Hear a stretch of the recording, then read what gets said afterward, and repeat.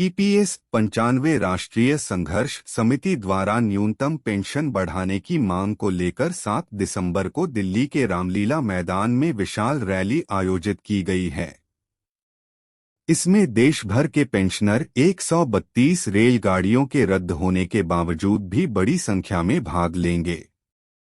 7 दिसंबर को रामलीला मैदान में विशाल रैली के उपरांत 8 दिसंबर से जंतर मंतर पर आमरण अनशन किया जाएगा। ईपीएस 95 राष्ट्रीय संघर्ष समिति द्वारा न्यूनतम पेंशन बढ़ाने की मांग को लेकर 7 दिसंबर को दिल्ली के रामलीला मैदान में विशाल रैली आयोजित की गई है।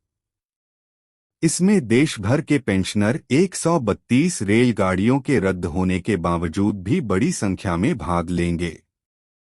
7 दिसंबर को रामलीला मैदान में विशाल रैली के उपरांत 8 दिसंबर से जंतर मंतर पर आमरण अनशन किया जाएगा। इस अनशन में एनएसी के प्रतिनिधि मंडल में संगठन के राष्ट्रीय अध्यक्ष कमांडर अशोक राउत, राष्ट्रीय महासचिव श्री वीरेंद्र सिंह राजावत व राष्ट्रीय मुख्य सलाहकार श्री डॉक्टर पी.एन. पाटिल आमरण उपोषण पर बैठेंगे।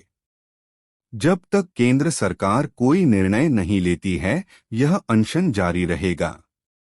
रैली के लिए समिति के शीर्ष नेता दिल्ली और आसपास के शहरों में पेंशनरों की सभाएं कर उन्हें संगठित कर रहे हैं।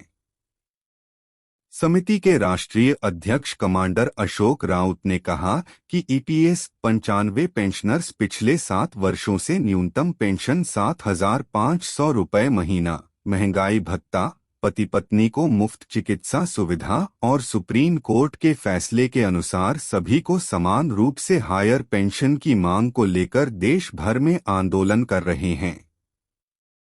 पेंशनर्स के लिए राष्ट्रीय स्तर पर संघर्ष कर रहे संगठन एनएसी के राष्ट्रीय अध्यक्ष कमांडर अशोक राउत ने एनएसी के प्रतिनिधि मंडल के साथ पूर्व में प्रधानमंत्री नरेंद्र मोदी से प्रधानमंत्री कार्यालय में 2 बार मुलाकात की व पेंशनर्स की 4 सूत्रीय मांग के विषय में ज्ञापन भी सौंपा था। कमांडर अशोक राउत ने बताया कि एनएसी के मुख्यालय बुल्ढाना, महाराष्ट्र में पिछले लगभग 1810 दिनों से क्रमिक अनशन जारी है।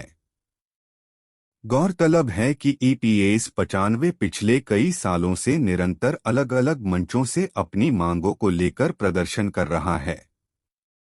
पेंशनर्स की मांग है कि उन्हें मिनिमम पेंशन 7,500 रुपये एवं महंगाई भत्ता दिया जाए। ईपीएफओ के पत्र दिनांक 23 मार्च 2017 के अनुसार वास्तविक वेतन पर उच्च पेंशन के विकल्प की सुविधा साथ ही मेडिकल सुविधा व अन्य भी मान्य हो। आपको बता दें कि केंद्र और राज्यों में पुरानी पेंशन आंदोलन चल रहा है। इसके अलावा अब 8वें वेतन आयोग के गठन से देश के करीब 20 लाख कर्मचारी और पेंशन भोगी नाराज हैं। ऐसे में आइए नीचे दी गई खबर में जानते हैं कि कर्मचारी की कार्य योजना क्या है। पुरानी पेंशन को लेकर केंद्र और राज्य में घमासान मचा हुआ है। फिलहाल देश में करीब 20 लाख कर्मचारी और पेंशन भोगी वेतन पर 8वें आयोग के गठन से नाराज हैं। इसका कारण यह था कि केंद्रीय वित्त मंत्री टीवी सोमनाथन ने कहा था कि सरकार की 8वें वेतन आयोग के गठन की कोई योजना नहीं है। केंद्रीय कर्मचारियों, सैन्य कर्मियों और राज्य तंत्र के संबंध में 8वें वेतन आयोग की सिफारिशें जनवरी 2026 से लागू करने का प्रस्ताव है। ऐसे में 8वां वेतन आयोग बनाना जरूरी है। ओपीएस पुरानी पेंशन योजना के बाद अब 8वें वेतन आयोग को लेकर कर्मचारियों के बीच आई बड़ी खबर। 10 दिसंबर 2023 बाय अंकित चौहान।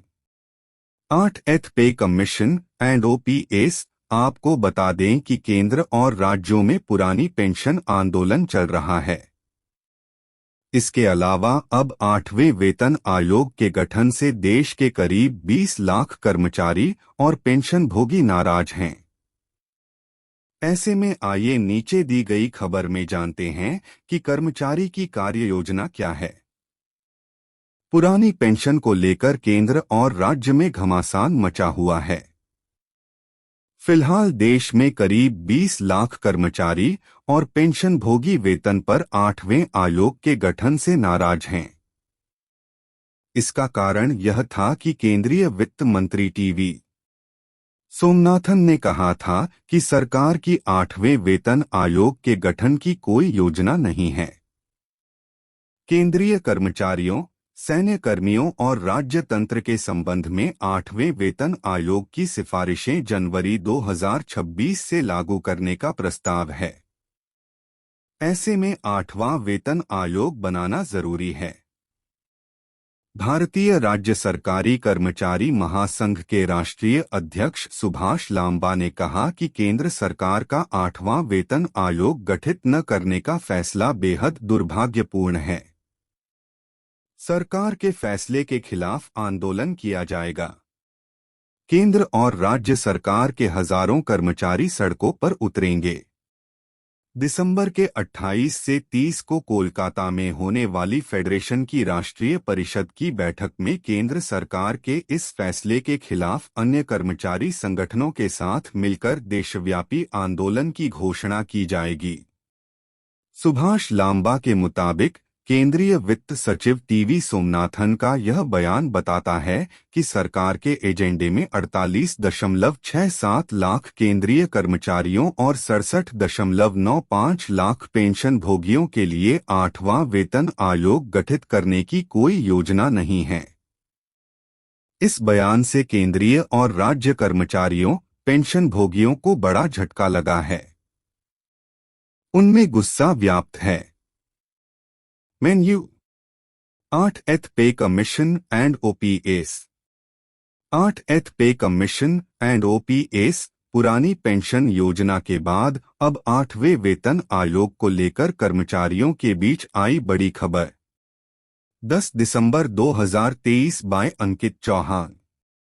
8th पे कमीशन एंड ओपीएस। आपको बता दें कि केंद्र और राज्यों में पुरानी पेंशन आंदोलन चल रहा है। इसके अलावा अब 8वें वेतन आयोग के गठन से देश के करीब 20 लाख कर्मचारी और पेंशनभोगी नाराज हैं।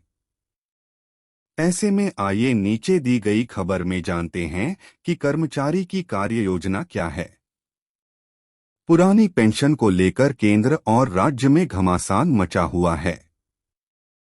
फिलहाल देश में करीब 20 लाख कर्मचारी और पेंशनभोगी वेतन पर 8वें आयोग के गठन से नाराज हैं। इसका कारण यह था कि केंद्रीय वित्त मंत्री टीवी सोमनाथन ने कहा था कि